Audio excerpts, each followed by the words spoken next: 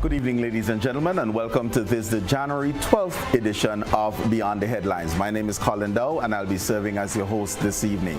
Thank you so very much for being a part of this evening's program. So whether you tuned in on GBN television, listening on GBN radio, or logged on to any of our social media platforms, we sincerely thank you for joining us this evening. Again, it purports to be an exciting evening. I have the honor for the very first time to have with me on a one-on-one the leader of His Majesty's opposition, Honorable Emmalin Pierre. MP, welcome. Thank you. So happy to be here. Thank you for this opportunity. And it is, I must say, because, the year is still new. So allow me to wish you, as I've been wishing everyone, a happy, healthy, and progressive 2026. Thank you so much, Colin. And of course, not just to you, I want to wish you Happy New Year. All your viewers, all of Grenada, Carriacou, PT Martinique, of course, the diaspora inclusive. Okay, excellent. And how has the year been in terms of a kickoff for you? Quite exciting. As you've seen, the issues are so many. The challenges are so many. And so in this role, you have to be up to speed with what's happening on the ground. Right. So it has been a very early start, engaging, meeting with people, listening to people. This morning I got a call, could you come to Hog Island? Okay. So that's what the year has been, right. Engaging with people, meeting with people, hearing from them what has been happening. So our work never stops. Okay, and that I can imagine, and kudos to you and the energy that politicians typically will have, because I know it's a job that requires little sleep. Of course, definitely. And it pays off, because a listening ear is so important. When people need someone to listen, they need to talk to someone. I had an encounter that was early as night. I can't speak to name or venue, but engaging with a young lady, she said I was about to commit suicide. I just felt like I couldn't do this anymore. And she said, fortunately, her friend, a male friend, just happened to invite her to church that night. Right. And it is so very important for us to care about each other, and as you said, to listen and to speak the truth, speak words of encouragement, because you don't know who needs to hear it at that time. You'll be amazed, the people who just want to hear, someone to hear the story. And for us, we have a very important role, particularly in opposition, because people feel that they want a voice that represents them. They want people who feel what they feel and can represent that in a public way. So sometimes people call it you talk too much, or you always negative. That comes with the territory, right? But for us, it's something totally different, being there for people, listening their stories, giving advice, giving encouragement, giving hope, which is most important, crucial in this role that we play. Well, we're living in a world where there's quite a bit of nervousness, certainly within the Caribbean area. 2 weekends ago, the new year was still very new. We woke up to the news that the U.S. went into Venezuela, extracted President Maduro. And I will just like to hear from you, what is your party's position on this development? So let me say this. When you have two giants fighting, you want to be careful about the role that you play. And so for us, we view this as something, we've always signaled that this is serious. Any sort of move in that light could have serious implications for Grenada. So for us, it's always about our people. Where do we stand in the midst of all of this? So I remember our Prime Minister offered to be an interlocutor. And so my concern was always, how are we preparing in the event that something goes wrong? And that is really our position on this. It's not about taking sides. It's about always ensuring that the consequences of those geopolitical tension that exists not just in Venezuela, not just within the region, but internationally, how are we positioning ourselves to deal with the implications? What are we doing to protect our people? And that, for me, is the crucial thing. Part of the balance is between principle and practicality, I have no doubt, and that's a thin line sometimes politicians have to walk. We later heard, certainly during the press conference a couple of Saturdays ago, President Bush, I'm saying Bush, President Trump, you know, made the pronouncement that they're going to be ruling Venezuela. Again, I'm asking, you know, in hearing this, in a democratic state, what was your interpretation, impression? What were the type of discussions held within the leadership of the New National Party on that development? And again, going back to my previous point, I'm more concerned about the implications for our people. So President Trump states clearly what the U.S. concerns are, what the U.S. issues are. President Maduro and all of those in Venezuela have stated their case as well. Now, what is our case? Our case is Grenada, and how is Grenada affected by all of this? So a simple move, call it that, resulted in flights being suspended for days. What is the implication for the Grenadian economy? What has happened to tourism in the last couple of days? How has that affected revenues in our country? And so the point is, this is not about what Trump does or doesn't do, or what Maduro does or doesn't do. It's more about how do we align what we are doing locally to prepare ourselves for this. And I'll just give you a simple example. The issue of our economic situation in this country, and I hinted to it in the budget. I made the point that the developments regionally and internationally has to define our posture. It has to define the decisions we make, how we spend the resources that we have. So we could get concerned about what Trump is doing or not doing, but how is that affecting our people in a direct or indirect way? And that is where the concern to me lies. And I certainly appreciate that. And the question then, what would be your recommendations? Because as you said, the pronouncements and stance of President Trump and the U.S., those are clear. You know, well, Maduro is now in New York, in prison, right? But the question is, what would you recommend that we do within this geopolitical environment? And I'll come back to say, let us act on the things we have control over. So we don't control the agenda of the U.S. government. We don't even control the agenda of the Venezuelan government. We control the local agenda, and that is what is significant. So when you are spending in a reckless way, you are definitely saying that you are not taking into consideration the regional and international situations, the tension that is taking place.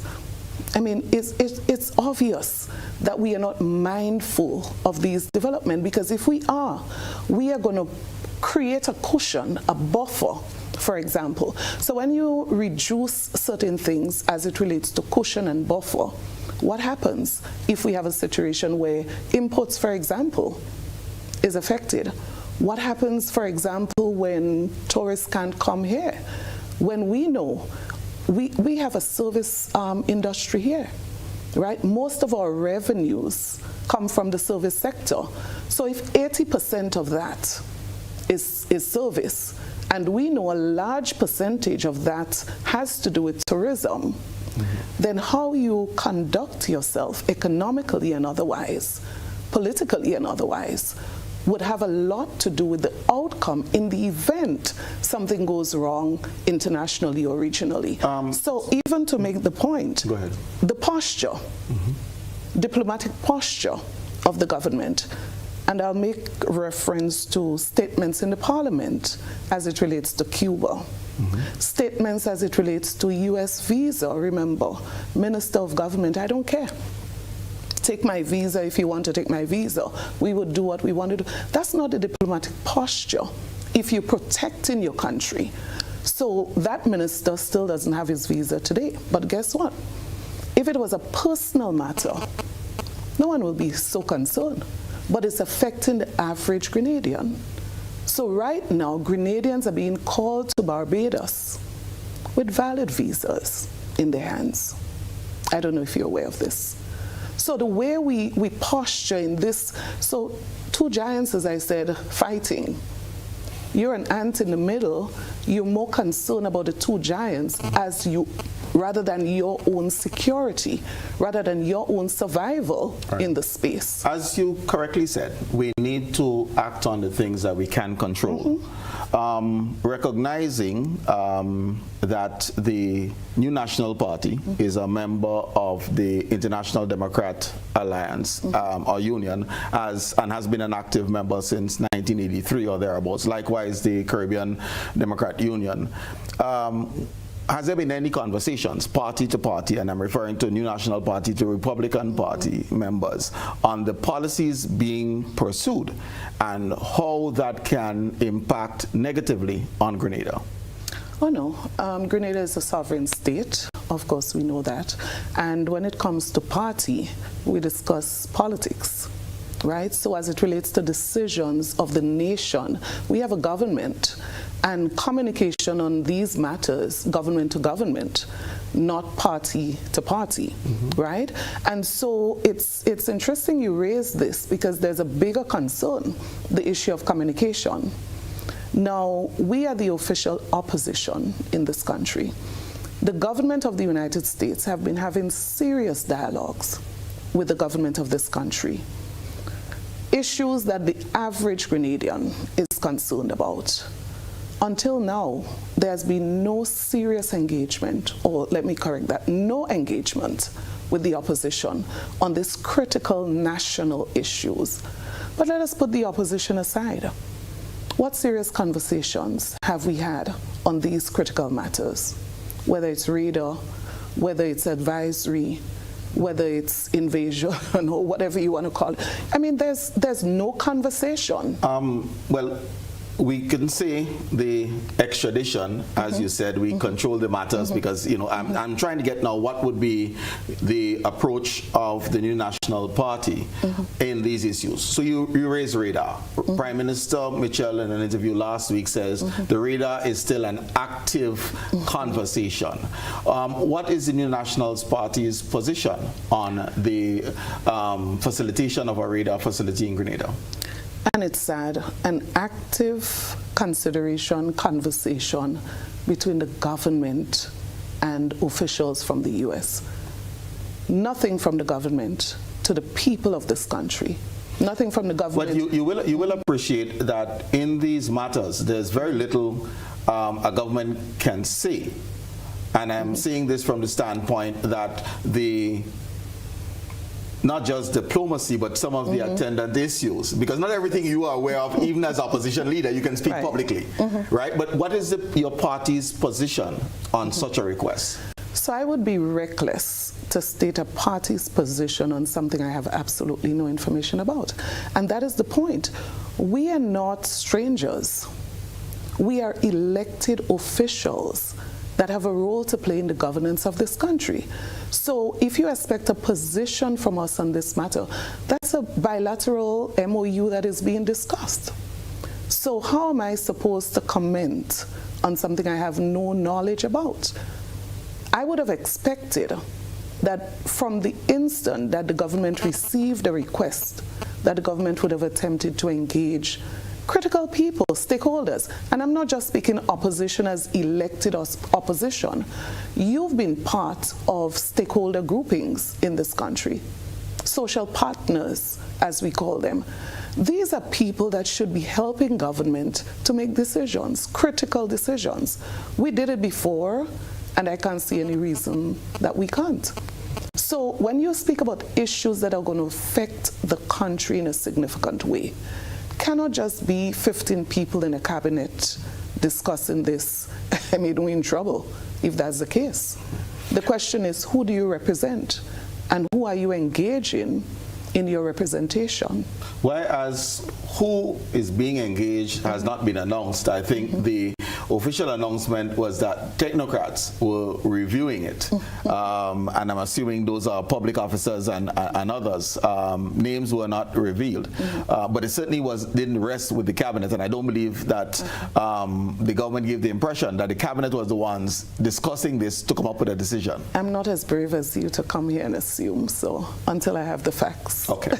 We have seen the governments of Antigua, St. Kitts, Nevis, Dominica, all agreeing to accept third nationals from the U.S.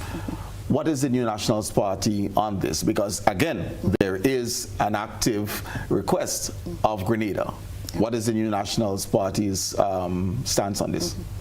And again, Colin, there are some national issues that should not just be the cabinet discussing. I agree, but you must have an opinion. I'm coming to the opinion, but I'm making the fundamental point that there are things that would affect this country in significant ways, and it should not be top secret, right? But from a New National Party's perspective, there are two things: a balance between compassion and wisdom. And let me explain. I would say compassion from the perspective that we live in a global village. We have neighbors, we have friends, and our friends would encounter challenges, and we would encounter challenges. And as a responsible country, we want to ensure that we are compassionate when we have to. But we cannot be compassionate at the expense of our citizens. So when you're speaking about a sensitive thing as accommodating deportees, that is deep. And so the conversation has to be deep. We have to ensure that we are analyzing all of the factors, all of the issues. I mean, deportees come into a particular country. What exactly is the financial implication, for example? How are we going to accommodate them? Let's speak about identification, travel from Grenada. How long are they staying? So when you speak about the opinion of the opposition, or the view of the opposition on any of those, we don't trivialize these things. We don't. If you're to give an opinion, have a position, because you don't have a standard position on that, it has a lot to do with the current circumstances. So a deportee maybe 5 years ago in X situation is not the same as a deportee in Z situation 2 years after. So every situation has to be examined carefully. And so these are the conversations we would hope that we would be engaged in, you know, because they have serious implication for our country. Right. There seemed to be quite a bit of upheaval in St. Kitts because when the announcement was made of the acceptance of citizens from third countries, there was also a pronouncement that no Haitians would be accepted. And Haitians are a part of our CARICOM grouping. What is your response to something like that? Because it wasn't now a drill down on individual party X institution A. It was citizens of the region being blocked out. I listened to it and I thought it was a bit insensitive, the way it was pronounced. It almost sounded like something was terribly wrong with anyone who came from Haiti. And so we have to be, and that's what I'm saying, you have to balance compassion and wisdom. I could well imagine that any government in a situation like that would be concerned about a number of things, just as citizens would be. So, for example, we have a serious issue in Grenada as it relates to healthcare: accessibility, affordability, quality. Now, if you're going to be bringing 500 people here, adding to the burden, any Grenadian who say they don't care, I would think something would be wrong. So I would imagine it's the same kind of concerns. And that is why, of course, you can only comment on these critical issues when you have the facts before you. So how many people? What is required? What are you offering in terms of ensuring that they are taken care of, they don't become a burden to the state in question? So there are too many factors to be considered when taking a position on this. What are some of the asks you will request if you are in a negotiations of that sort? I mean, and regardless, so we know citizens who are non-Grenadians being deported, in order for us to accommodate this, we must have ABC at a minimum for us even to consider. What will ABC look like? And ABC would be a number of things. You obviously have to discuss your national security issues. You definitely have to look at your social issues. And social there takes in a wide range of things. Accommodation, for example. We have people in Karakou, for example, who don't have a roof over their head more than 1 year after a hurricane. So you can't just blindly accept persons. There must be clear outlines, a clear plan of how are you going to facilitate those. So you'll be asking for 200 housing units in order to facilitate the accommodation? We have a situation right now where we should have had 1,500 Grenadian-style houses between 22 and 25. To date, we have 17 prefab houses for display. So any conversation about deportees must include a serious conversation about housing. And as you say, negotiation, we got to talk about what are our challenges, in addition to the challenge you have that you want us to help you with. Right. And that is why the conversation and negotiation, and that's another thing I am concerned about. Are we utilizing the best resources that we have when it comes to negotiation in Grenada? Do we have critical negotiators who are left out of critical conversations? And that is something we need to pay attention to. Okay, and essentially what I'm hearing here is making sure we utilize the best of our best in order for us to get the best deals. Of course, and as I said, our people have to be at the center of this. Any conversation, you have to have at the center of that conversation our people. So they must not in any way be significantly affected by any decision that is made. We can't compromise. We cannot compromise on our people. So I'm saying let us have compassion, but let us make sure our people are okay at the same time. If we can strike that balance, I'm cool. One of the issues tabled by some of the sanctions we've seen, certainly when we look at the Antigua, St. Lucia, Dominica visa restrictions, it has been cited the CBI program. What is your party's position for, because we have signed on to the same thing as the other countries, we have not received increased sanctions. We have one minister of government who has lost his visa, but nationally we have not yet been impacted. Why do you think this is, and what reforms would you advise to ensure that we remain protected? Well, I wouldn't say we have not been impacted because it just may not be directly related to CBI, but there are so many other ways that we can be impacted. So for example, we got to be so careful about the actions that we take, the statements we make, the posture. So I'll just give an example. If we're speaking about the U.S. advisory, the U.S. has expressed serious concerns as it relates to crime. They've cited instances. Our posture cannot be to just defend and make it look like they're wrong and we're right, and we've done what we had to do on our rate is low. Let me ask you this, because as you've raised it, we have both read the advisory. Is that the Grenada you live in? I read the advisory. I am concerned, but I cannot say what you feel. No, I'm asking you if, as you read the advisory, is that the Grenada you live in? No, and that's what I'm saying. I don't think it's a true reflection of the Grenada I live in. Right. But it's not for me to say how someone outside of Grenada is viewing the situation. And I'll be less concerned about how they see it as I would be about doing something to ensure that all of the issues that are of concern is addressed. If you don't see it the same way, how can you address the issues? And that's the point. Because, and here we go, we have had, what, 10 murders? And we're at level 2. We have countries to our north, south, and east with probably 10 per day. And that's where your negotiators come in. So the question then is, how do you, what do you defend? How do you act? That is where your negotiators come in. That you get to the table quickly to say, well, this is the situation. It appears that this might be exaggerated a bit, whatever you want to do with regards to negotiation. But I want to zero that back to our situation. You cannot sound as if we had 10 murders and, you know, almost sound like we're celebrating this. Let's give ourselves a clap, we've only had 10.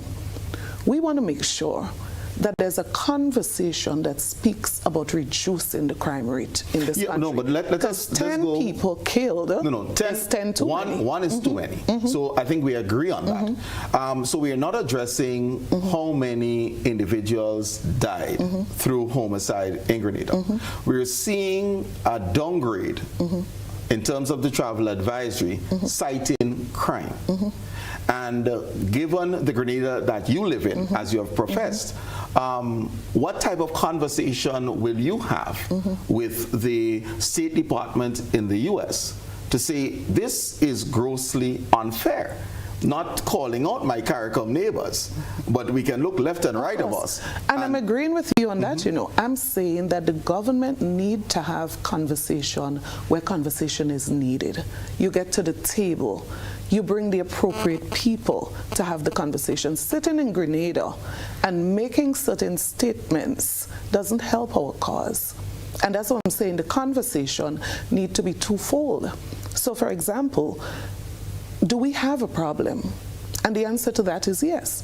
So whether it has been exaggerated or it has been blown out of proportion, let me just finish the point. Allow me to just interrupt you on this one, because I'm looking at how do we act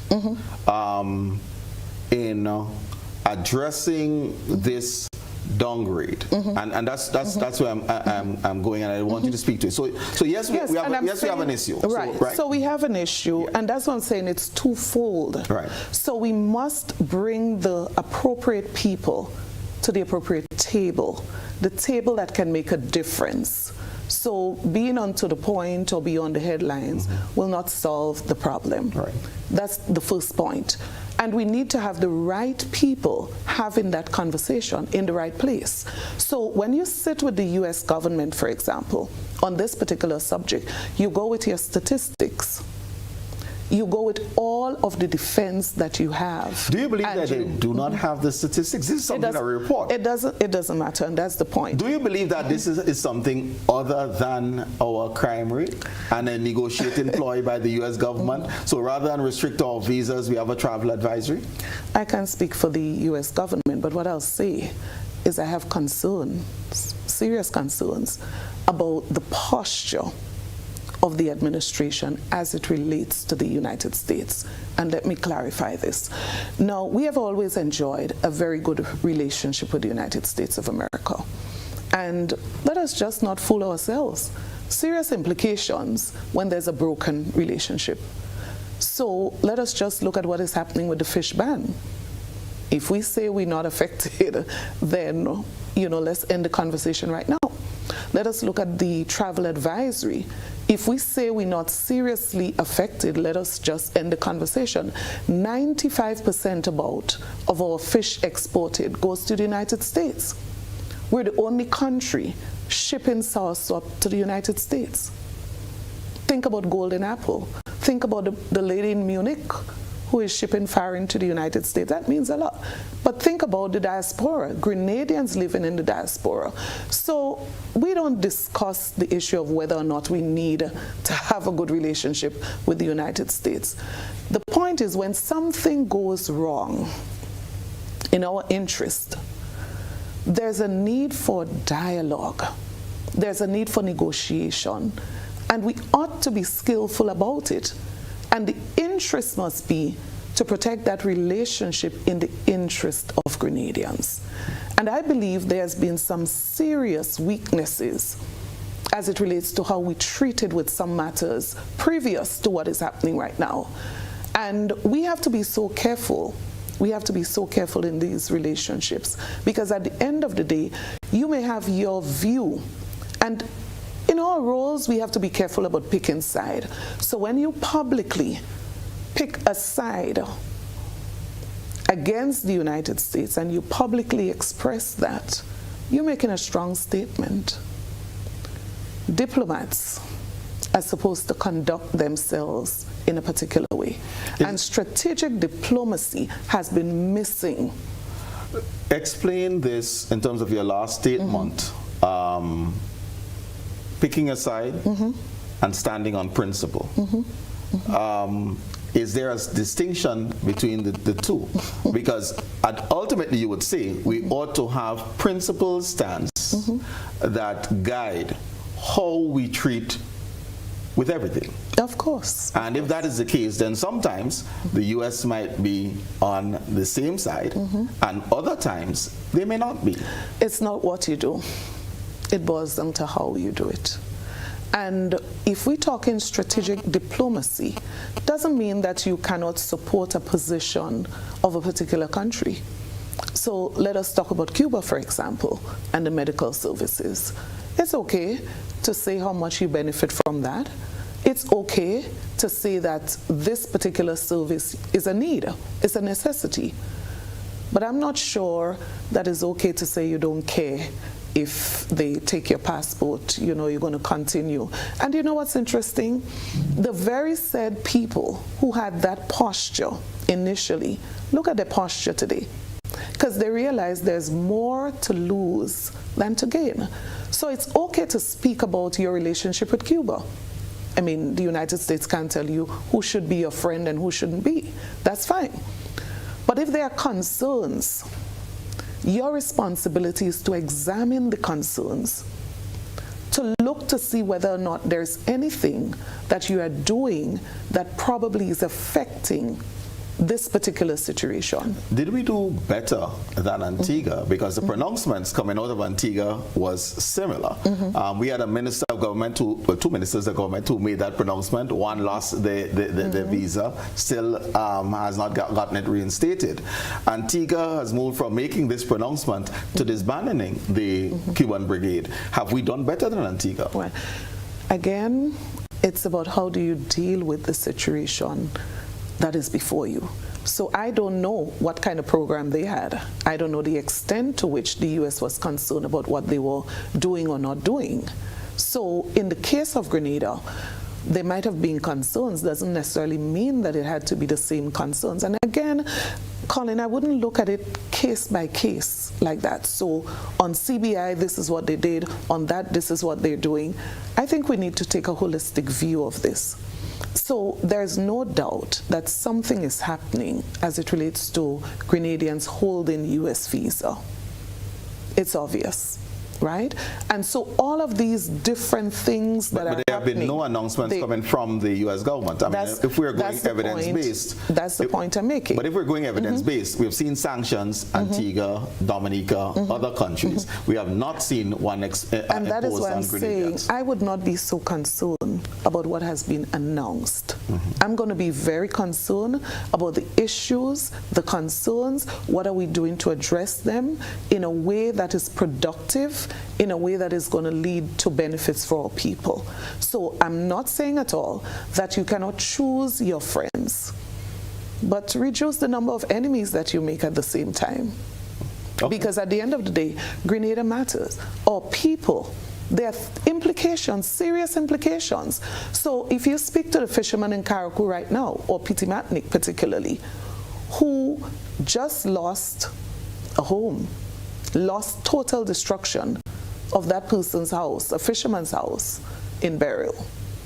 That person took out a mortgage, and I'm speaking about a real example right now, took out a mortgage to repair the home, but not expecting that he would not be able to be exporting fish to the US in January. Well, you know, this is an interesting one because this problem did not arise yesterday or last year. The citation by the US government and NOAA came since what, 2017 or thereabouts? So it's been a long-standing issue. Why has Grenada failed to be responsive to the concerns expressed? And this is over now 8 years. So it's not a 2022 issue. It's over 8 years. Why have we failed? And I would not go into blaming anyone. Let's look at the facts, right? The facts are, A, the US published a list in 2020. So there were concerns prior to 2020, there were issues raised. But in 2020, a list was published. the government of Grenada was the New National Party administration. What did we do? And you, I'm quite sure, recall what was happening in 2020. Because of the situation with COVID, because of the implication, financially and otherwise, what did the government do responsibly so? Was to sit, negotiate with the US government. So the persons who represented Grenada, and that's why I said who your negotiators are is important. So they sat with the department in the US, and what did we receive? An extension from 2020 to 2022. In other words, your compliance, you have that period, that window to get yourself together. Okay, so from the extension was 2020 to 2022? To 2022. Okay, why wasn't it done in 2022? Now, we had to the end of 2022, and if you recall, elections was in the middle of 2022. Are you suggesting that it's a 6-month process and it was carded for July to December of 2022? There seems to have been neglect to this prior, and that's where I'm going. Let me explain. Yes. Let me explain further. So an extension was given up till 2022. Right. The government of Grenada was acting on this, right? And we expected that a new government coming in would pick up and run with this. But what happened? It appears that there's been serious communication between the US and Grenada, and the response was wanting. In other words, several calls, several written documents, emails, and all that the government could have done then was maybe to ask for a further extension. But naturally so, that extension went up to 2025, from 22 to 25. So, and that's what I'm saying. I'm not going to go into blaming of an administration, what was done, what wasn't done. The bottom line is, right now, fishermen cannot export fish to the United States. Would you, while I know government is continuous, and we'll agree on that, would the New National Party take some responsibility as to why we're here now? Put it this way, in terms of responsibility, I think we did what was the right thing in 2020. The financial situation of the government, the circumstances of COVID-19, we negotiated. I believe, and I firmly believe, if the New National Party was in government at the end of 2022, if it was not able to submit the requirements or to meet the requirements, there would have been further dialogue with the United States. And I wish this administration would have done simply that, just to have dialogue, just to negotiate further. And that is all, because the demands are pretty much high, you know, right? And so as a small island state, there would be challenges. But you don't get away by not responding. How much would we say lies with the policymakers and how much with our public officers? Because these things are administrative in nature, which means it's our public officers that's supposed to do it. How would you lay that responsibility? When you lead in, you don't get the privilege of saying that you're not responsible because someone else, you delegate responsibility, but you're accountable. Yes. So obviously, you can't separate the two. The public officers are assigned responsibilities by the policymakers, but obviously the policymaker must take responsibility, else nothing may happen. Okay, all right. It's time for our first break. So viewers and listeners, we'll take our first break and then we'll come back and we'll delve into the politics of Grenada and the New National Party a little bit more. We'll be right back.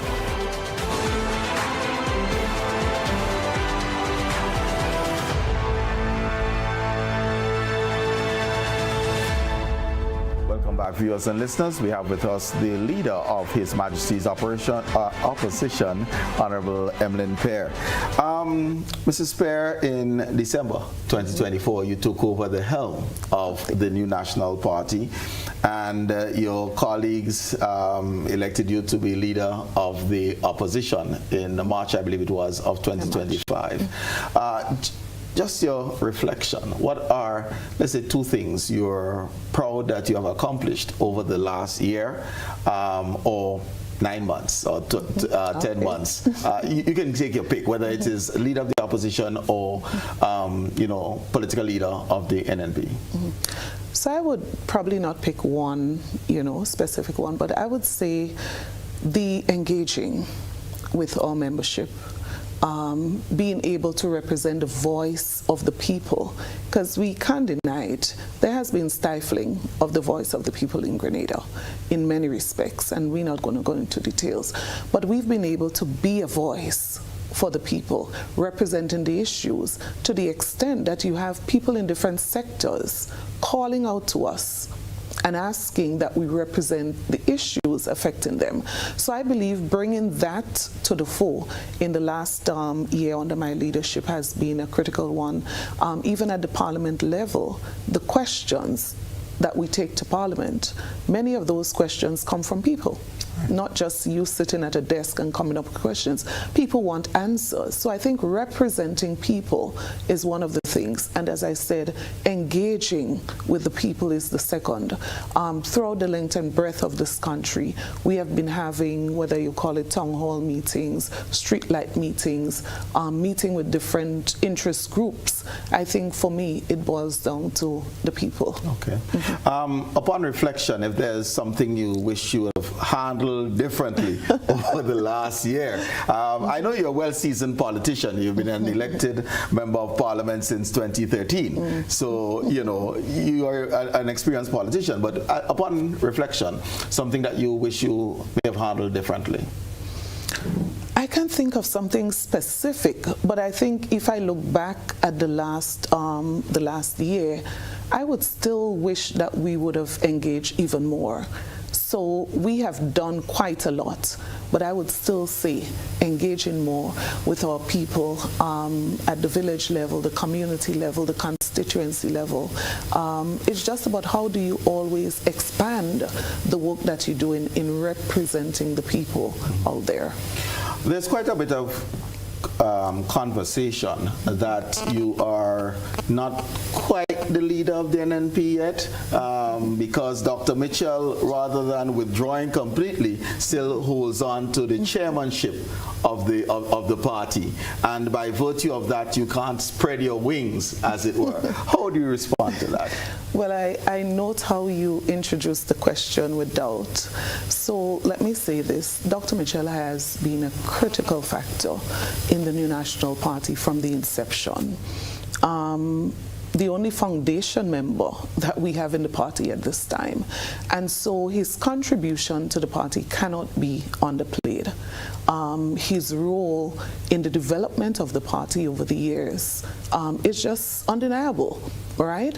Now, Dr. Mitchell, and that's what is interesting. First, it was that he would never give up leadership of the party, and he did. Then it was that, Well, I think the question is that he has not given up leadership, because rather than step away, he may move up to chairman. And that's the conversation, really. And right. So the question might be who's having that conversation. Because within the party, Dr. Mitchell's role as chairman, and he did state it at the last convention, this is transition.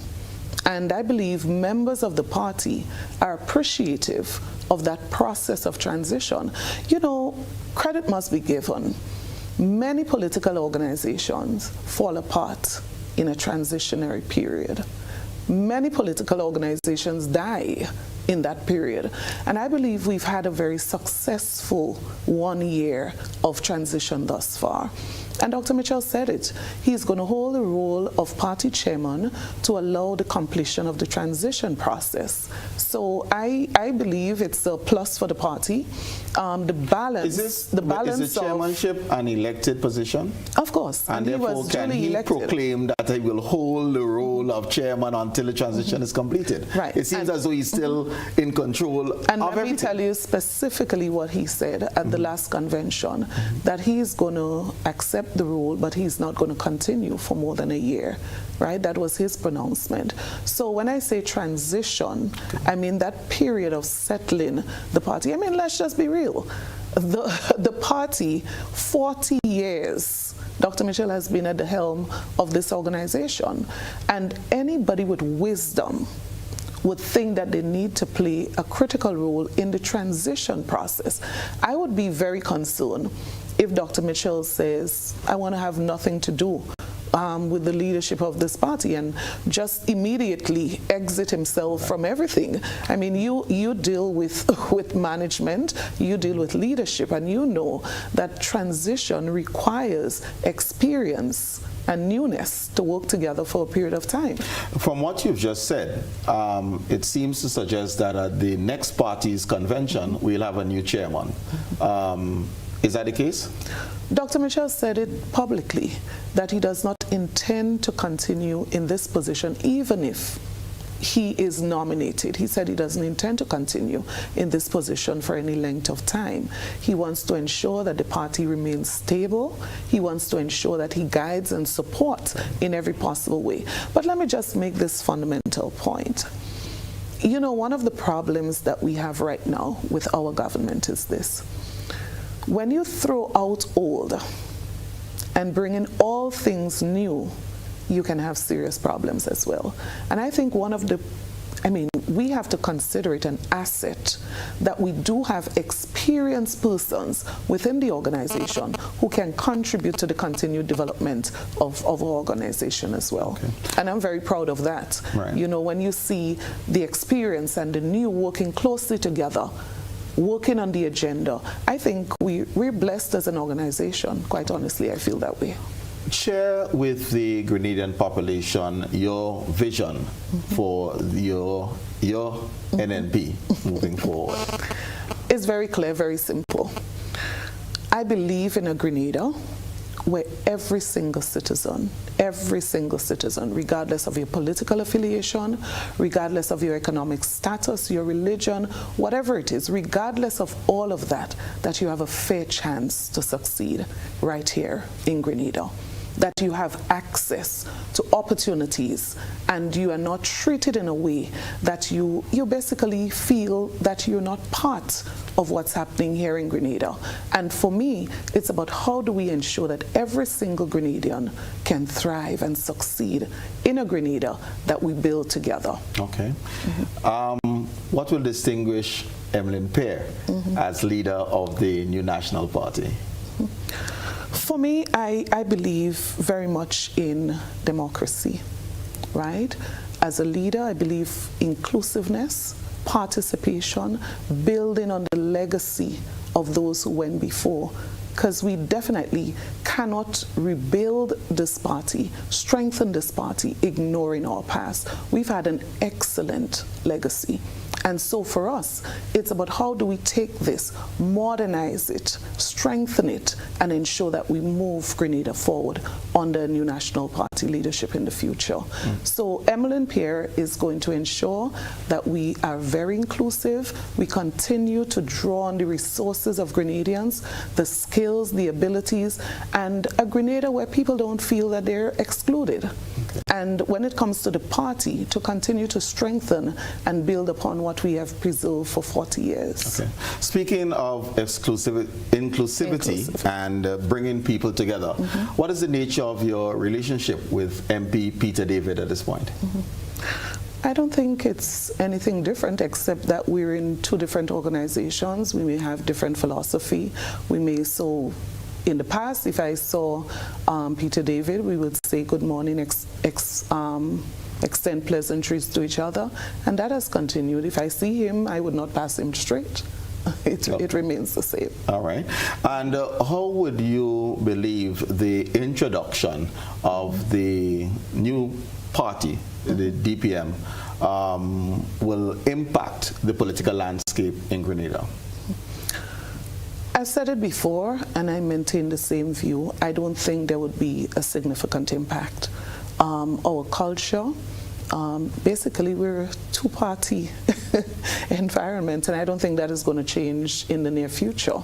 I'm not saying that we've had many political parties, and that's their right. If you feel that you can introduce a new organization in the political environment, Nothing is wrong with that, but I think it remains now the survival of the fittest in this environment. All right.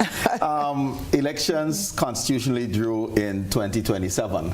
The DPM, who you believe they would serve as a spoiler for if they contest the next election, NNP or NDC? And I guess you're assuming they're going to be a spoiler. I'm not going to go so far to make that assumption. I believe the election is going to be NDC versus NNP, the next general election. As a matter of fact, all data that we have indicates that. Okay. Up to this point. All right. Unless something changes, we can have a new conversation on that. Fair enough. And speaking of elections, we heard the announcement by the parliamentary office the last week saying that they had to close their doors because of some challenges with software. Give us some background on this, please. This situation, I'm actually shocked that we are in this situation. And what concerns me most is how this affects people of this country. You're denying them access. And you're creating a situation where they basically would lose confidence in our system. And the worst thing I believe that can happen to us right now is for people to lose confidence in our electoral system. And what is happening? We are heading there. In 2022, when we demitted office, the procurement process would have started and was well underway as it relates to a new system. Not because we just felt like, exactly, not because we just felt like having a new system.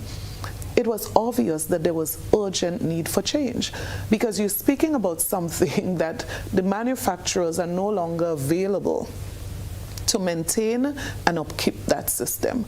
And when you speak about a critical system like that, quite obviously, you know you have to act with urgency. Our democracy is actually threatened in that process. So the procurement process started. We left office in 2022. We are almost 4 years later having the same conversation.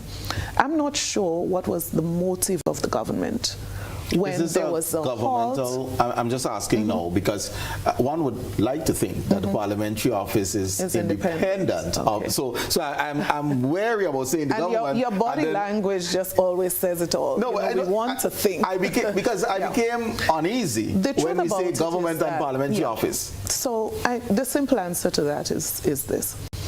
The budget is still managed by the Ministry of Finance. So if we're talking total independence, and maybe we should go there, where the parliamentary office, and maybe we would not be in this situation if it was that, where the parliamentary office had its own budget managed at the parliamentary office, and they don't need to go to central government for something like this. I think there goes a brilliant idea, right? Now, the government took a decision to put a hold on this process. If that process continued, by today, we would have had a new system up and functioning, and we don't because of that decision. And so the old system keeps breaking down, whether it's for parts, whether it's for service, whatever it is. And kudos to those who are trying their best. But their best is definitely not good enough in this situation. What we need is a new system that people can feel a level of confidence. And think about this. A person who leaves their home to go to the registration office, they expect a system that's functioning. They don't expect to be told, come back another time or call us to find out when. I mean, we're in 2025, and someone just has to be serious about important issues like this. And that is where leadership comes in. So you spoke earlier about public officers, but public officers are managed, public officers are led by the policymakers. And so you have to be accountable in these situations. So you can't blame the supervisor of election. And this government is characterized by blaming others. So whenever there's an issue, so there's a ban on exportation of fish. You've been in office almost 4 years, but you go back to the last administration. There's a travel advisory, you blame the past. When will this government take responsibility and act as if they've been in office for 4 years? It doesn't take a year to procure a new system, it doesn't take a year. And the point is, we should not be in this situation today. And I would hope that the government would have recognized the importance of moving this process forward in the interest of Grenadians and Grenada. Okay, all right. We are into a new budgetary cycle, and there was the theme, transformation in motion. What are some of the things that stood out to you as positives? Let's start there, in the 2026 budget, and some things that seems pie in the sky ain't gonna happen. Well, quite obviously, if I look at the 2026 budget, and I want to put this into context, and you can't look at 2026 without looking at 2025. Quite a number of the things within the 2026 budget came from 2025. The performance of the government in 2025, if you ask me, was way below what the expectation was, way below what was promised. If you speak about... And you assess this by the spend, you assess this by the economic growth, how would you assess that? And let's start with the spending. Now, if you're going to be investing or planning to invest in, let us say, for example, quality health care, and you budget $20 million for that, and you spend $1 million, I would be concerned. If you say you're going to upgrade health, not health facilities, but skills training facilities around the island, and you budget 20 million, I'm just using figures loosely, and you spend 1 million, then I'll be very concerned because there's no evidence, right? So when you speak about what has happened in 2025, and you look at the critical sectors, youth, agriculture, education, social development, almost every sector, there was serious underspending. Now, fast forward to 2026. Now, what confidence should I have? 2022, 23, 24, 25. Well, not 22, from 23 to 25. Things repeatedly that you say you were going to do, you're still saying you're going to do them in 2026. I'm not sure what confidence I should have that it will be done. But I'm more concerned, Colin, about the issues that affect people and where we have seen serious cuts in the budget for those areas where people are directly affected. And so we are concerned what's happening in 2026. But if I go back to your previous question as it relates to what are some of the things, I mean, you talk about the lighting of the stadium, great idea. You talk about the lighting of Progress Park. But the lighting of the stadium, that's something that's one of the recurrent decimals in the budget for about 10 years. That's what I'm coming to say. So the things that I'm happy to see and hear about, I'm happy, yes, but they're recurrent decimals. So you speak about Progress Park, you speak about skills training facility, you speak about training for teachers, all of those things. I'm saying they're great ideas. But we have to move from just the idea to the implementation. And you know why I hold this government accountable in a very serious way? They won the hearts of people by saying they were coming to do better than the NNP did. They won the hearts of people when they said that the implementation rate was going to be way higher than the NNP administration. They won the hearts of people when they said that every sector was going to see a change for the better. So let us go back to some of those promises. 1,500 houses per year. I mean, 500 per year, 1,500 by now is what we should have. But we are still talking about 17. And you said Grenadian-style houses, but now we're having a conversation about fabricated houses. And maybe I should ask you, what is Grenadian-style houses, right? You're talking about public servants, and you boast about a new pension scheme. Well, guess what? You won their hearts on the 1958 Pension Act, not on a new pension scheme. And so many of these people who are affected, they look back at what was promised, and you look at the progress today, and people find it difficult to understand how do you assess the government's performance and be happy about the performance thus far, because you must rate that against what you promised that you were going to do. Let me just ask a couple of things. One Hearts and Minds, 1957 pension 1958. Act, 58, sorry, pension act. There was no pension, there's no retirement savings plan. Is that progress? Just in your opinion. And I use retirement savings plan. I'm not using the term pension. So my choice of words is not that of government, but deliberate. Of course. And when you say there was no pension, I'll be careful about stating it in this way, because when the NNP left office, we were paying 2,200 pensioners. So there was pension, right? Okay. Yeah. So let's get that clear first. The second thing is that the NNP... Because we're talking of post-83 individuals. Right. So when we left office, we had an arrangement with the union, and I want to start there.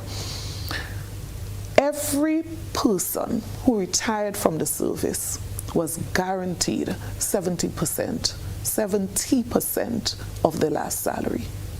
That was an arrangement.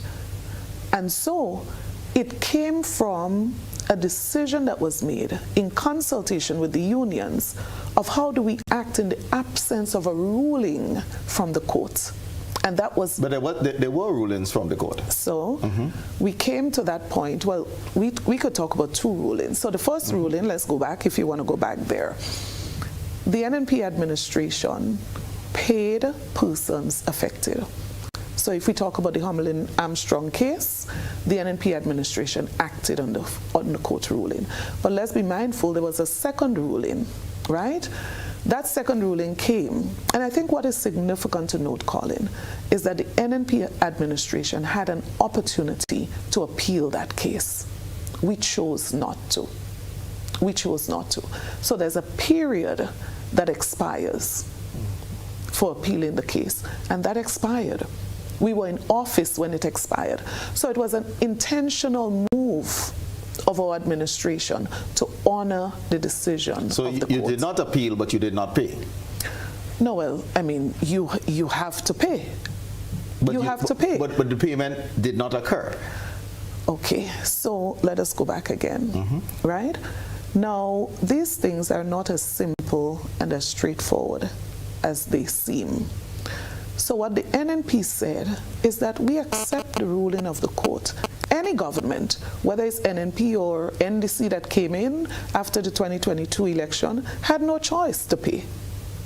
It was a court ruling that you did not appeal. Do you recall when the ruling was?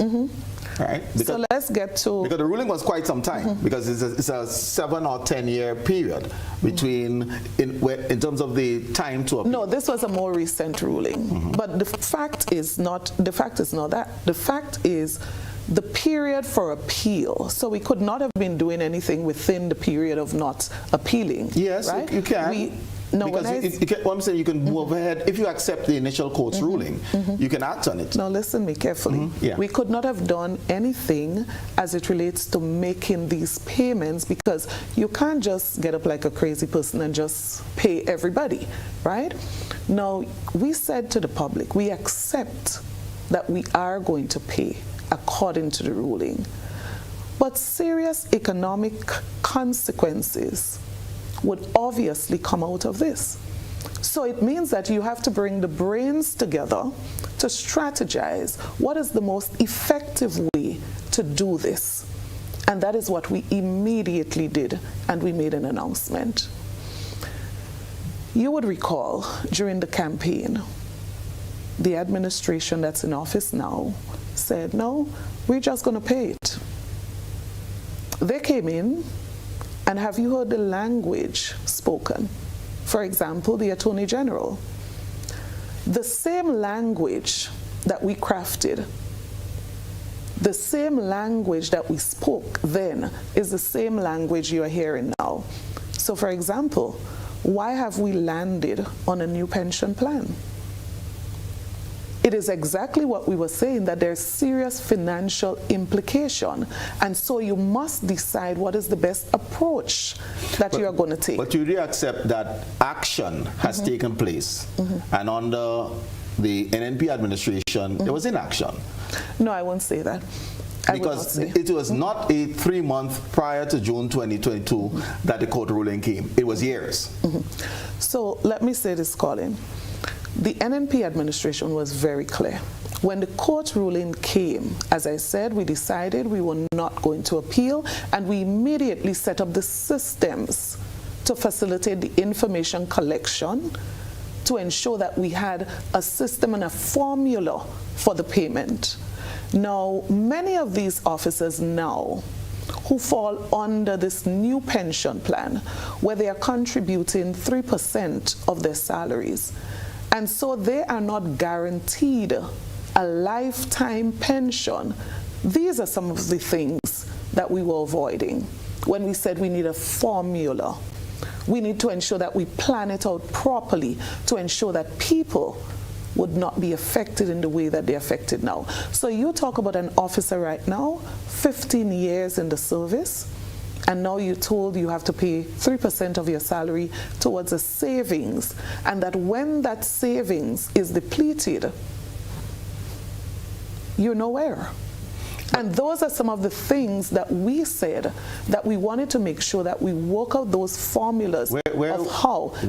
Just to say one more thing. Just asking, as you incorporate in your answer, where were you with those plans? Because again, I'm emphasizing this was not a February 2022 court ruling. Years past. No, it was not February 2022. But the point I'm making, Colin, is that once the court ruling came, the NNP acted. Where were you in the actions to ensure that both the confirmed workers appointed by PSC and now the contracted workers had some type of security post-retirement? Right. Now, the secretariat that was set up, the team that was appointed by the cabinet, they had started serious work in that regard. And the NNP post-election was going to be moving to act upon the data collected, the advice of those persons, and it was to do with the formula for payment. But while that was being worked out, as I said before, there was an arrangement that between the government and the union of how we were going to treat with any person who was going to be retiring at that point. Okay. You mentioned implementation rate, and this of course was a big conversation. I've also heard that lots of the projects that we see being conducted within the first couple of years of this administration were things that were negotiated under the NNP.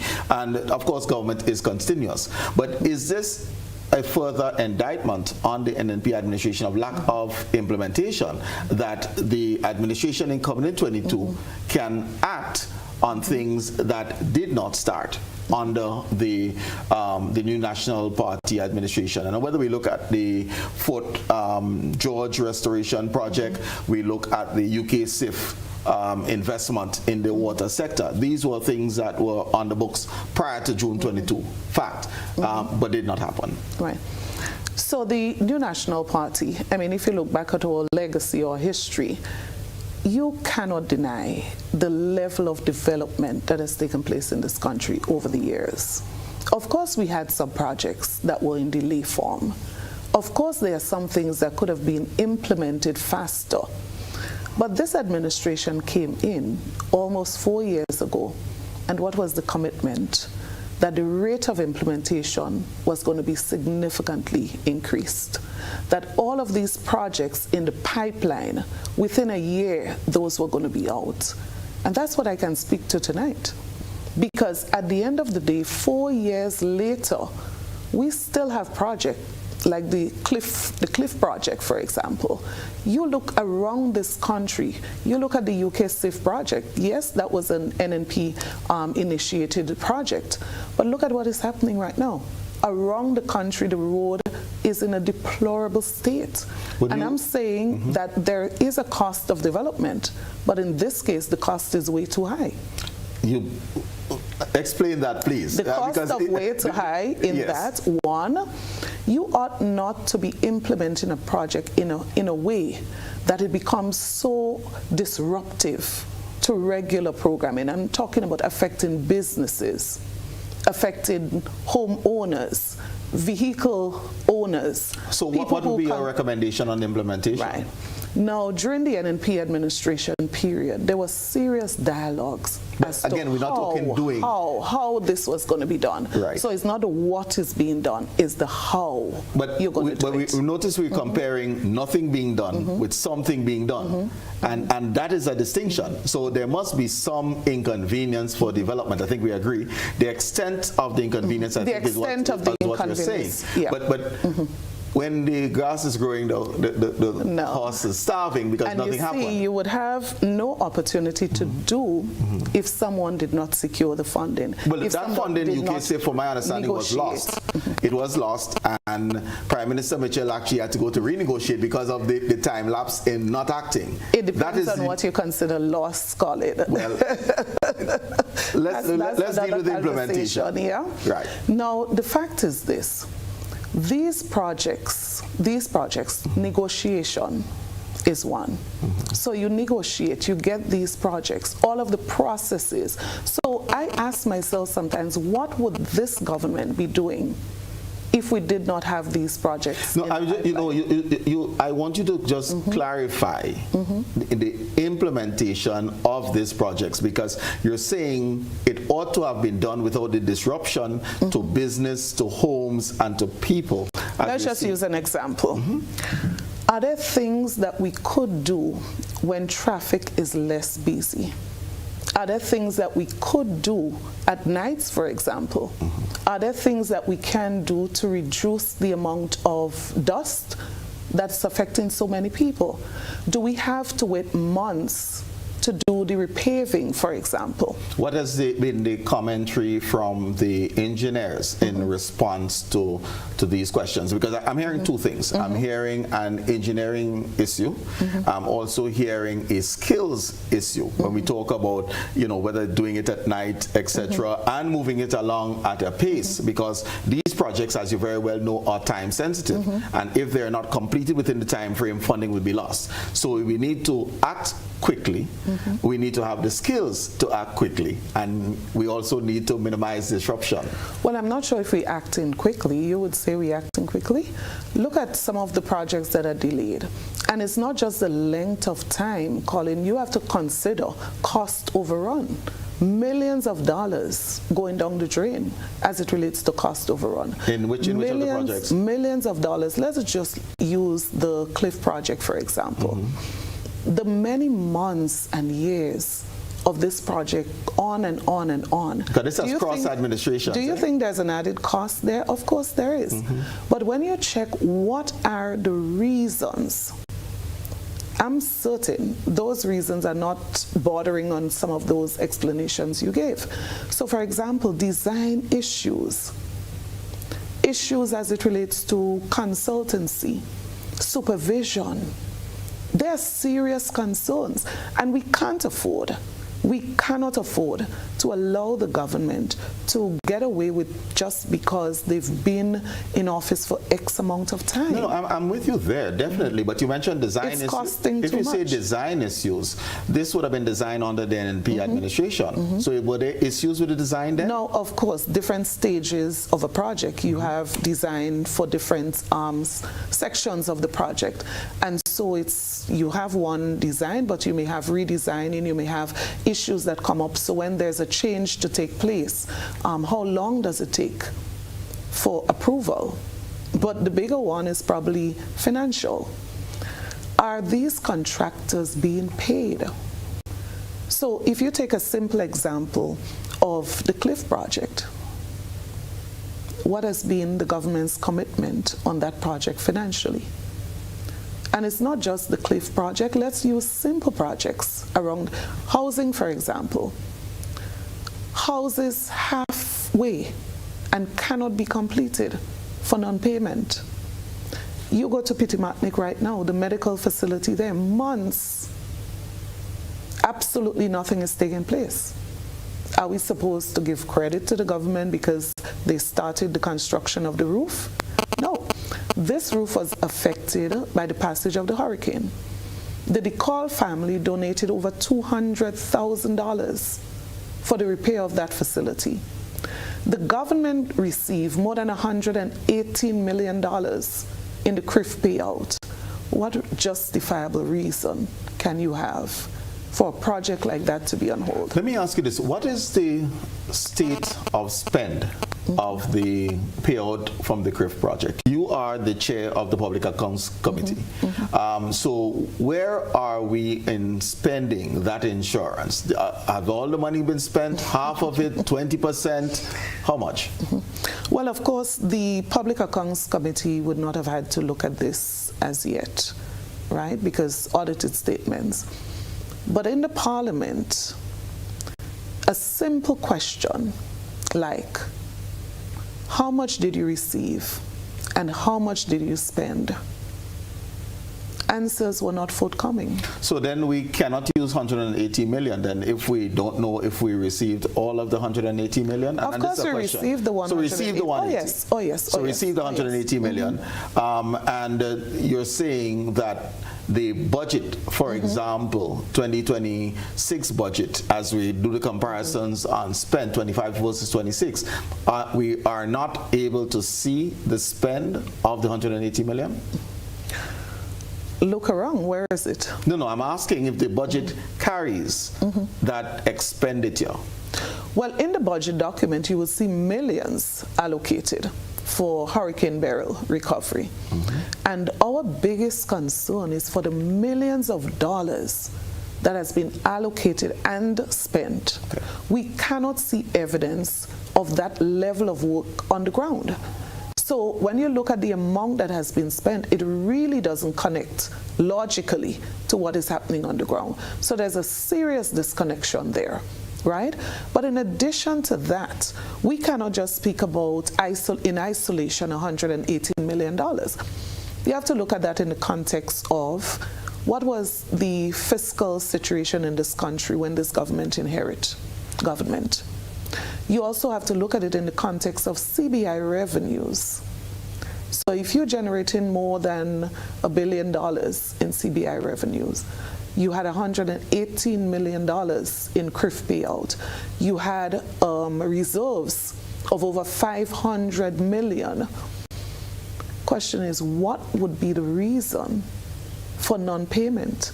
What would be the reason for the halt on so many projects and the delays in so many projects? And I'm expecting some answers from the chair of the Public Accounts Committee, because that is why our constitution allows for these safeguards. So what are the answers, Madam Chair? And you're asking a question to the chair of the committee that doesn't have the answer to these questions, because look at it this way. The Public Accounts Committee, if you look at the standing orders, we look at audited statements. So that is where we at this time. So questions like that are asked in Parliament. So there's been no audited statements for 2023 or 2024. I don't expect for 2025. No, those would not be available. So 23 and 24 are not available? No. Those would come at this time through parliamentary questions. And if you look at the pattern of this government, they have been very reserved when it comes to information. And so many of the questions put forward asking for accountability, asking information that's in the public's interest. The government totally refused to provide those information. Permit me to, not too sure if I'm understanding, so I'm going to ask the question again. The PAC has not received for their deliberation and review audited financial statements for 2022, 2023, 2024, as we sit here on the 12th of January 2026. Is that accurate? No, we don't have audited statement for those periods. No. Okay. What is this normal in terms of government not having audited financial statements, or being 3 and 4 years behind in audited financial statements? Yeah, to be quite honest, that has been a challenge, and right now we are looking at the issue of the Director of Audit and what is happening there as it relates to the support that is needed, and we are definitely going to make a request to see how they can be supported. But not just the Director of Audit. If you look at the statutory bodies, for example, when we met with them, they do have their own challenges. And as a Public Accounts Committee, we definitely would look at ways in which we can advocate, ways in which we can make recommendations for improving in that particular area.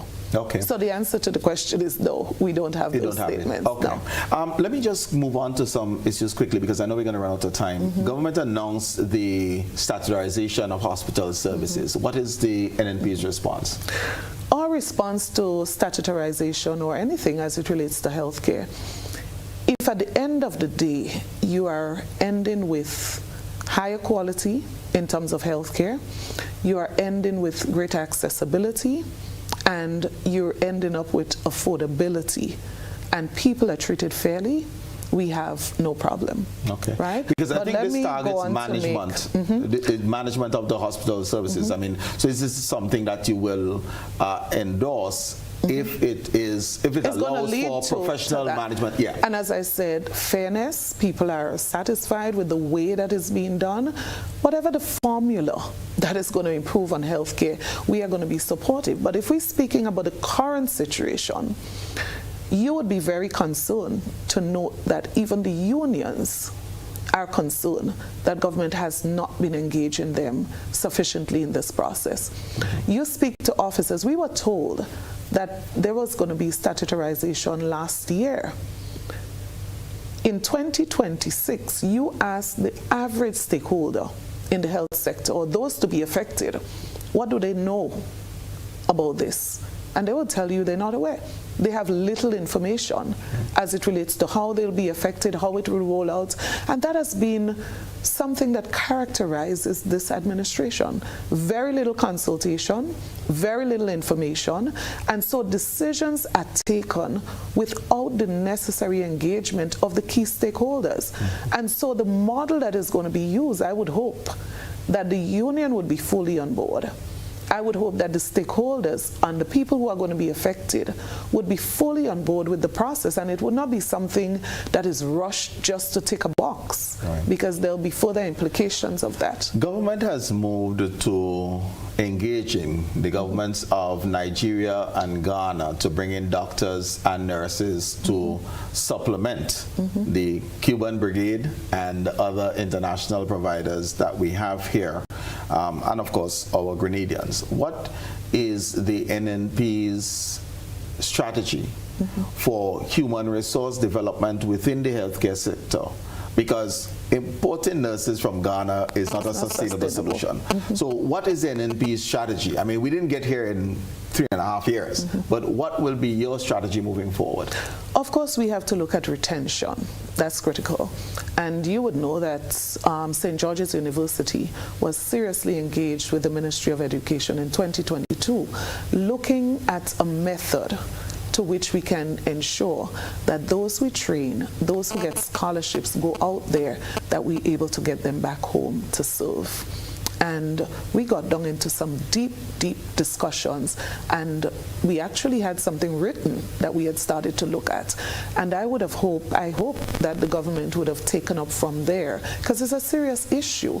You can't continue to train people, invest in them, they go out and never come back. So you are a believer that there's a call on the bond in terms of service or repayment, and if you go, that's a stance that you can agree with. And we took that position before we left government, and we were in serious dialogue and negotiation with SGU, and they were pretty much supportive of working with the government to address that issue. So there's the issue of retention, that we have to be able to get persons within the system to stay in the system. And how do you address that? You have to listen to what these people are saying. What are the concerns? So for example, what incentives would help to keep them What system do you put in place to help to keep them? What did you hear prior? I know your responsibility was not healthcare, but what did you hear prior in terms of incentives for retention? Because again, the loss of our nurses precedes 2022. The shortage in terms of the allied health disciplines precede 2022. So what are some of the things by way of strategy now you believe should be implemented? Well, I would say, one, you have to invest in more training, right? So we get to retention. And so there was definitely a decision that included extending and expanding and supporting more people to be trained in that particular sector. And on many occasions, we had batches of nurses who government decided, took a policy decision that we're going to engage the entire batch because you needed the numbers. But I believe we have to get to that point where as we raise more resources, as we manage our resources in a better way, that we're able to provide more support financially to this particular sector. Because I believe that's one of the main reasons that many of these nurses travel greener pastures. Right. And we definitely have to look at that as we continue. National health insurance. What, 12 plus years and counting. This is a 2011, 2012 issue, and we're still not there. What has been the problem? You probably can't speak to the current, but 2013 through 2022, why wasn't there delivery on NHI? And I would say significant progress was made. And I believe where we left national health insurance, by now we should have it running. In other words, we had a contractor engaged, right? Local Grenadian medical doctor. We engaged the University of the West Indies in many instances, and we had local persons. We engaged the stakeholders, serious consultation with stakeholders, looking at different models. I remember the cabinet agreeing on a basket of services. What are those things that you don't need to have money in your pocket to access in terms of healthcare? So significant work went into this. And as you said, government is a continuum. And so I expected 2022 that this work, significant work, credit to those who are involved. I would have thought 2022, government would have continued to bring this to fruition, to completion. Was there an agreement on how it was going to be funded? So there were several models that were presented to the cabinet. And one of the things we knew for sure, based on what was presented by the contractor, was that the amount we were investing in healthcare, if we had managed that differently, we would be able to raise serious revenue as it relates to funding the NHI. So there were different models, and we had agreed what are some of the things that we were going to be looking at seriously in that regard. And as I said, the resources, Dr. Ned has always said it, the budget for healthcare, just by that, you should be able to significantly cover the implementation of NHI. But I'm still asking, so you were saying that the model was government transferring monies to NHI and then in terms of the healthcare budget, or was it going to be a consumption tax? What were the models discussed? What was agreed upon? Because the budget for healthcare has to manage the hospital, has to procure drugs, there are a number of things when that budget to healthcare. That's why I said the way that you manage the resources that you have and how much you can get return on investment, how much you can get from that was a serious area. Right. But of course, with it, you see, you can't make excuses for something like NHI. National health insurance is a necessity. And so any administration must find a way to make it happen. So for example, if you look at what we're spending now and millions of dollars being wasted in some areas, whether it's travel and entertainment, I mean, just look through the budget. We move over $50 million CBI to the Prime Minister's ministry. And I'm saying, we can look through the budget and we can find significant areas that we can cut things. Prioritizing is critical. And in leadership, sometimes you don't always have all of the resources, but you have to find ways to prioritize and to ensure that you are putting systems in place to meet those things that are critical. And we took a policy decision. NHI was critical, and we needed to make that happen. And I would say we should just continue. I don't know why we probably put a pause on it. I heard that is going to be relooked again in 2026. I'm very happy that the government has come to that realization that they want to continue with NHI. It's a necessity. Okay. Another necessity is education, so I'm not going to leave you leave here without speaking about education. What is your current assessment of the state of education in Grenada? And really I'm going is our education system fit for purpose, one, and two, if we are to make investments, in what areas would you advise? Definitely, we've always said this, and that is why education reform and conversation around education reform is always critical. As you know, we've had serious work at the CARICOM level, OECS level, looking at harmonization of curriculum, etc. And all of those things are critical. But there's a critical area which we would have invested significantly in. I'm happy to hear a lot of talk about it, but I'm not sure that we are moving aggressively on it as much as we are talking about it, which is the area of skills training. So before we left office, we had a serious study done. I believe it was UNESCO facilitated, and I believe that would have given a serious foundation from where to pivot. And when you look at some of the findings, if you study it, you would see significant work was done in that particular area. It shows you the many areas of training, hundreds and hundreds of CVQ qualification in critical areas, but it also pointed to areas in which we probably needed to add focus in terms of skills training. We started the Centers for Excellence, and I continue to make this point. I would forever make it. We don't have to build new buildings. We have schools with facilities, with resources, and we started the piloting of that approach. How do you use the schools after the students in the day would have left? So I remember, for example, SAS was one of those schools where we invested additional resources. We would have spent on a pilot project for carpentry, I believe it was one of those areas, over $100,000 on additional equipment. And guess what? When you do that, the students can take advantage of it in the day. But the people who come, the construction worker who come to upskill, upgrade themselves, they can also access that. The facility in St. Patrick, we speak about it, but this is something that started under our administration. And this was a project where they were actually raising revenue, making furniture, using the young people, making furniture, selling the furniture, private sector as well as public sector. So the area of skills training, I would say if you ask for one area that need additional investment, I would say that's one of the areas. One of the investments seems to be the tuition free for NULO, because that's skills training primarily, alongside TAMCC. And the government also recently moved to making education mandatory through age 17. What are your thoughts on those three? I don't have an issue with any of those policies, except to say that when you develop new policies, you got to do it in consultation with the key stakeholders. Anytime you decide that you're going to take a top-down approach, you're going to have problems. So if you decide on free tuition, you got to look at the implications of that.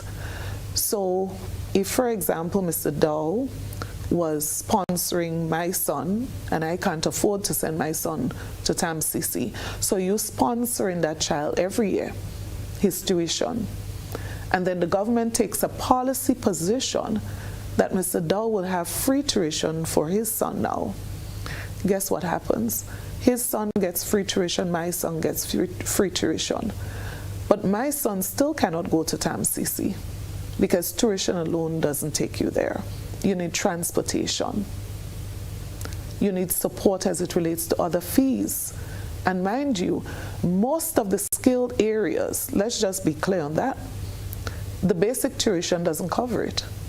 So even if that tuition is paid, you still can't access the program because whatever you need for that specific program definitely is going to cost you more than $1,000 average. So the example that you used, the sponsorship needs to continue for Mr. Dow's well, that's the point. To ensure and I'm saying that those additionals. Mr. Dow would not mind a policy that says because he can afford it, he would continue to afford it because he understands that are you suggesting, therefore, that we ought not to have done free tuition across the board? I believe Mr. Dow should be able to say, I have a need, and I'm applying actually to access the service, and your case is assessed. And so based on the assessment of your case, you are granted, because once you go across the board, you're going to deny persons who genuinely cannot afford. Please explain how if you give everybody free tuition, you're denying some. Because, of course, government just can't afford to provide free tuition for everyone and provide free transportation and support for those who cannot afford transport. Are you saying the transportation allowance has been discontinued? There are students who used to benefit from transportation allowance and support from the government, and it's no longer available. That's a fact. I'm asking, is the transportation allowance has been discontinued? As far as we are aware, from the government directly, yeah. Okay. All right. Other issues education, because you did mention TVET, and this is a pet one of mine, so I'm going to mention it because it is in your constituency. So I'm going to the land grant for UWI, 89 acres, which of course is the second largest land grant the university has received, I hope, in 2011, 2012, and nothing has happened. What are your impressions? Because I know that you are actively involved in conversations again, and nothing has happened to date. What is your stance as parliamentary representative for the area and development of the rural economy, because you can tie both together? Of course. And I'm really surprised that somebody like yourself, who obviously know better, would even ask a question like this, because we all know that funding for the facility was never the responsibility of the government, and the University of the West Indies has said so publicly. There are records to say that they had means through which they can raise the funding for the project. So government's commitment to that was the land. And I remember when we went into government, they came to meet with us. And why did they come? To confirm that we are going to continue the commitment of the previous government. And we said, absolutely, we have no But I'm referring no to agitation, because the people's lands were given up to an institution, and the people have not benefited. So as a leader, constituency, Minister of Education, one ought to be agitating that there is action when you give up 89 acres of scarce resources. Right, and fundamentally, the issue of funding, I go back to a previous question, the balance between compassion and wisdom in the scenario we discussed. And similarly in this situation, we are very supportive of the university in terms of having the project. Extremely supportive. Right. But the government did their part, which is to make the lands available. We are not able to build the university. So of course that is a factor or a situation where we have to support the university in any way. And we made further commitments of ways that we might be able to assist. But mind you, the university was always clear as it relates to the ability to raise the resources in that regard. Yeah, and I believe of the agitation, renegotiation, sorry, go ahead. I think renegotiating is what exactly probably needs to happen at this stage. And we started conversation with the previous administration, our administration, and the university. What is your intention? How far are you as it relates to this? But I believe if you look at what was done by government, the commitment of government, I believe it was a fair commitment of the government. And of course, as I said, if you attend board meetings of the university. It's a conversation. You attend whatever sector meetings as it relates to, it's a conversation. But of course, there's just so much that government can do if a university want to construct another landmark here in Grenada. Okay, and would you be supportive of a deadline and reclaiming the land? Because if in over a decade nothing has been done. Well, that conversation was had. That conversation was had, and not to go into too much details on the conversation, quite clearly there was some additional commitments before we left office as to what they were working on at the time. Because I know TAMCC would love a new campus. Well, of course. And a place to host a new campus. Of course, absolutely agree. And that's the point I'm making. There was dialogue. And of course, you understand the bigger picture for the university, and we wanted to collaborate and support as far as was possible. Okay. It's time to wrap up, so I would love you to give closing comments on any theme that you like. So let me say this. I'm very concerned, Colin, as to the state of play in Grenada at this time. There's a serious issue in Grenada as it relates to cost of living, rising cost of living. And the average Grenadian is severely affected. Every single month, the cost of goods are going up. We can talk inflated increasing costs, imported inflation. We can speak about imported inflation. But when you look at it, the question is, what is the government doing locally to cushion that effect? So the government has majority shares in Grenada. Cost of electricity is going up. How is that affecting the average person? And what is it that government can do, as was done before? There's precedence as it relates to that. How can we reduce government charges, for example, to help people to survive? You look at healthcare, similarly. Major issue there, affordability. The cost of items as it relates to medical supplies, in some cases 100% increase. Delayed NHI and very little support in that regard. You look at the fishing ban currently on. Fishermen just are concerned what's going to happen at the end of the month for them. There's absolutely no word from the government. How can we support them? Whether it be maybe President's Millibug and how we supported farmers at that time. What can we do in the interim? Because there are some people who at the end of the month, they would not be able to pay not even their mortgage. So what kind of dialogue is initiated maybe from government to speak to the banks? Intervene on their behalf. What kind of support do we give family-wise? Many of them have not benefited from the CRIF program, and that's a major issue. Then you have the advisory, the U.S. advisory. How is that impacting the tourism sector? Thousands of jobs? What are the implications? There's a silence that's deafening. There's a silence that doesn't speak to the subject of leadership.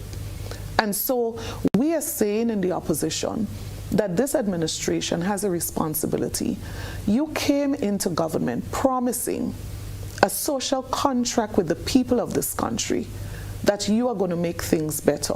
You are going to do it differently. You're going to improve on what the NNP administration has done.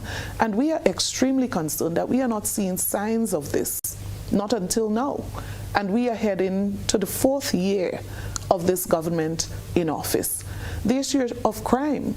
Yes, we can speak about crime reduction, but let us look at what is happening. The reality is that when you look at what has happened in the last year, we should not be surprised of a U.S. advisory.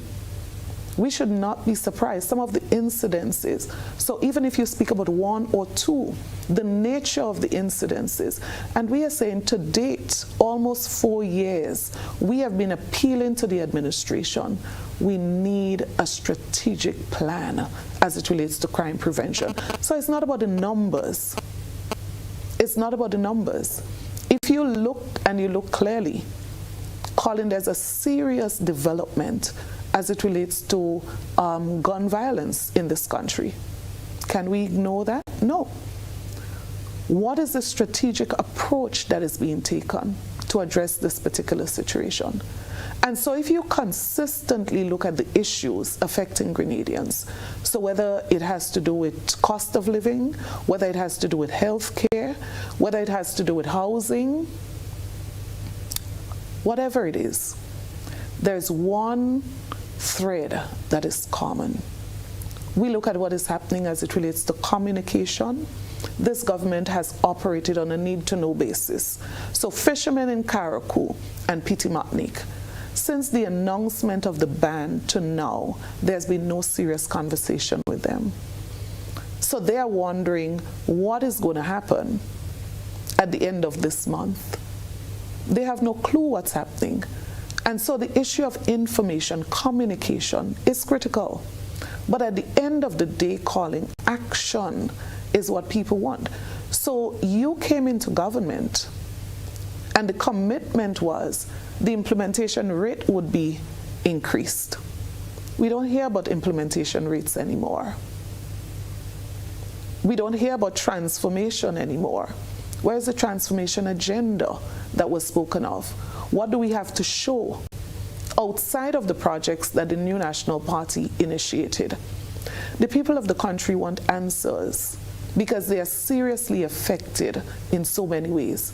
And this administration has not sent a signal that they are prepared to keep their commitments and their promises. So the public officer who voted in this government expecting that they're going to receive a 1958 pension, they're recognizing that that's not going to be. The public officer who voted this administration because they expected to get permanent with the stroke of a pen, it's not going to happen. So you have officers now receiving letters, and you know the system, receiving letters from the cabinet secretary saying to them that they are permanent in the service. We know how it's done. You know how it's done. Permanent in the service means an appointment letter from the Public Service Commission. So you can't fool a person into believing that they're permanent because you told them or you promised them that you're going to make them permanent with the stroke of a pen. It doesn't work like that. And so that is why I'm saying that the promises that a party makes in opposition, you want to be very careful with those. Because if you're going to promise your way into government, eventually it's going to catch up with you. So if you promise 500 houses per year, and in your fourth year, head into your fourth year, you have 17, it's going to catch up with you. And that is why it's a principle of the New National Party. We are very principled about the promises that we make. And that is why when you ask about the numbers earlier, we don't just jump up one morning and say, okay, we're going to do this or we're going to do that. You want to make sure, and that is why the government is in so much problems as it relates to this matter. Because before you pay, you must know what you're paying, how you're paying it, or else you're going to have financial problems. And that is why 2 consecutive years of a deficit in this country is not surprising. Mismanagement. That is why when you look at the last budget and the underspending in so many critical areas of health, housing, education, it's not surprising. But what you want to look at is where the spending is actually taking place. Who is actually benefited? I heard the Prime Minister use a term recently, and I'm sure you heard it, the importance of deferred gratification, because you want our young people to learn how to defer gratification. I wish this administration took that model into consideration when they came into office.